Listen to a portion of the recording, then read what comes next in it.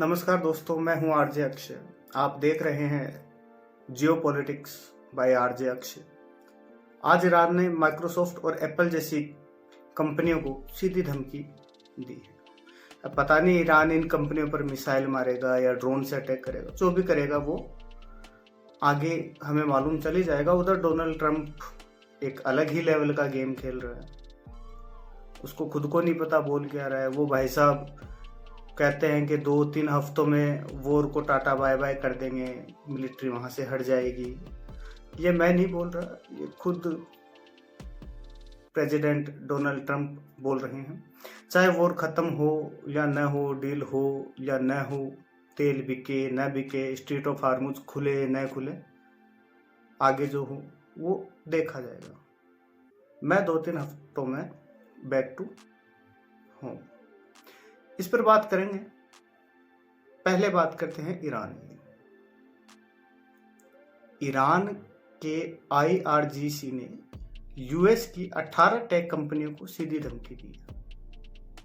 IRGC ने अपने statement में Microsoft, Google, Apple, Intel, IBM, Tesla, Boeing समेत 18 कंपनियों को हिट करने की धमकी दी और इन कंपनियों के जो एम्प्लॉयज हैं उनको वर्क प्लेस खाली करने और वर्क प्लेस से दूर रहने के लिए बोला गया है। ईरान को शायद ये समझ नहीं आ रहा कि वो खुद भी इन कंपनियों को यूज करता है। इन कंपनियों के जो सॉफ्टवेयर वगैरह जो है यूज करता है। अगर गूगल, माइक्रोसॉफ्ट जैसी कंपनियां हमलों का शिकार हुई तो नुकसान ईरान को भी होगा। जाहिर सी बात है, रातों रात वो कोई नए ऐप या सॉफ्टवेयर वगैरह डेवलप नहीं कर सकता। एक बात सोचो, अगर यही धमकी यूएस दे कि ईरान में गूगल, माइक्रोसॉफ्ट या ट्विटर काम नहीं करेगा तो ईरान का क्या होगा? ईरान को भी तो सोचना होगा ना। अब चलते हैं यूएस की तरफ। मीडिया में रिपोर्ट है कि डोनाल्ड ट्रंप कह रहा है 2-3 हफ्तों में हम ईरान को छोड़ देंगे। डील होगी या नहीं होगी ये बाद की बात है।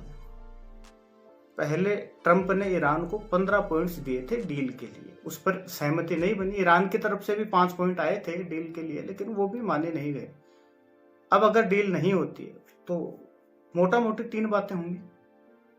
अगर ट्रंप ईरान को छोड़ देगा तो ईरान पहले से ज्यादा पावरफुल बनकर निकलेगा और ज्यादा डेंजरस भी होगा फिर, क्योंकि यूएस का यू टर्न लेना यानी ईरान की जीत मानी जाएगी। दूसरी बात है, अगर अमेरिका पीछे हटता है या अमेरिका यू टर्न लेता है तो गल्फ कंट्रीज का क्या होगा?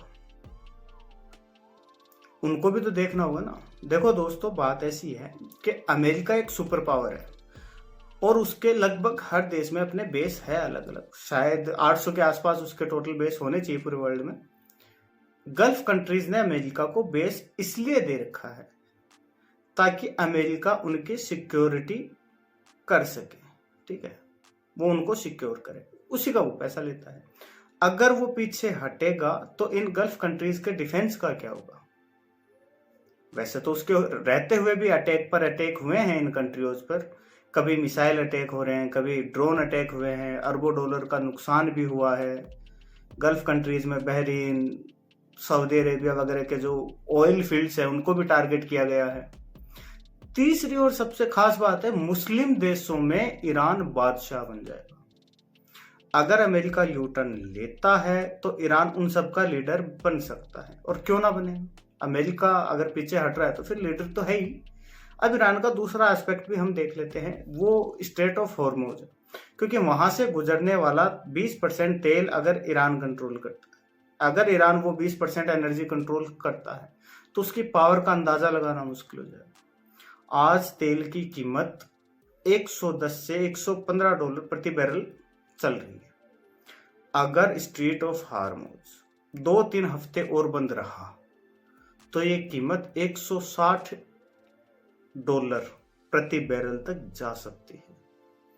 पूरी दुनिया में ऑयल रेट्स पर असर पड़ेगा और ऑयल क्राइसिस होना स्वाभाविक सा है। दोस्तों, अगर आपको वीडियो पसंद आए तो लाइक करें, शेयर करें और चैनल को सब्सक्राइब करें। जय हिंद, जय भारत।